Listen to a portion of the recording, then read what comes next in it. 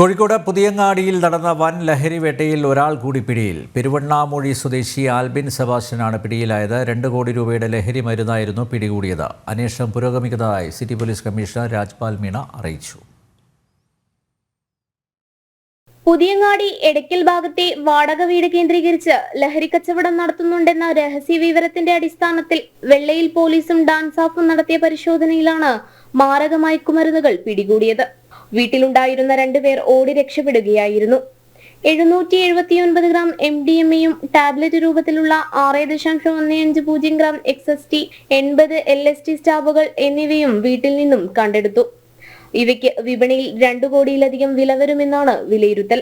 City deputy police commissioner Anuj പല്ലിവാളിന്റെ നേതൃത്വത്തിലുള്ള സംഘം ഞായറാഴ്ച കേസിലെ 1-ാം പ്രതിയായ നിലമ്പൂർ സ്വദേശി വെള്ളിമുറ്റം വടക്കേടത്ത് ഹൌസിൽ ഷൻഷാജിനെ ബാംഗ്ലൂരുവിൽ നിന്ന് പിടികൂടിയിരുന്നു. പിന്നാലെയാണ് 2-ാം പ്രതിയും അറസ്റ്റിലായത്. ആൽബിനെ കുമ്മളിയിൽ നിന്നാണ് പിടികൂടിയത്. നമ്മുടെ സൈൻ ഷാജി 15-ാം തീയതി പിടിച്ചിട്ടുണ്ടായിരുന്നു. അത് എനിക്ക് നമ്മുടെ ഒരു കോൺടാക്ട് നടത്താൻ പറ്റില്ലായിരുന്നു, കോൺഫറൻസ് ആയിരുന്നു. അത് പിന്നെ അതിലെ ബേസിൽ നമ്മുടെ കണ്ടിന്യൂസ് ഫോളോ അപ്പ് ചെയ്യുന്ന ഭാഗമായിട്ട് ഇന്നലെ ഇയാൾ നമ്മുടെ 2-ാമത്തെ പ്രതി ആൽബിൻ സെബാസ്റ്റ്യൻ നമ്മളെ പിടിച്ചു. സോഴ്സിലെ ബന്ധപ്പെട്ട അന്വേഷണം കൂടുതൽ നടത്താനുണ്ട്.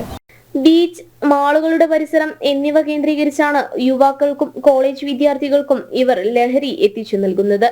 സംഭവത്തിൽ കൂടുതൽ ആളുകൾ ഉണ്ടോ എന്ന് അന്വേഷിക്കുമെന്നും ലഹരിയുടെ ഉറവിടം സംബന്ധിച്ച പരിശോധനകൾ പുരോഗമിക്കുകയാണെന്നും city police commissioner Rajpal Meena വ്യക്തമാക്കി. ജനം, കോഴിക്കോട്.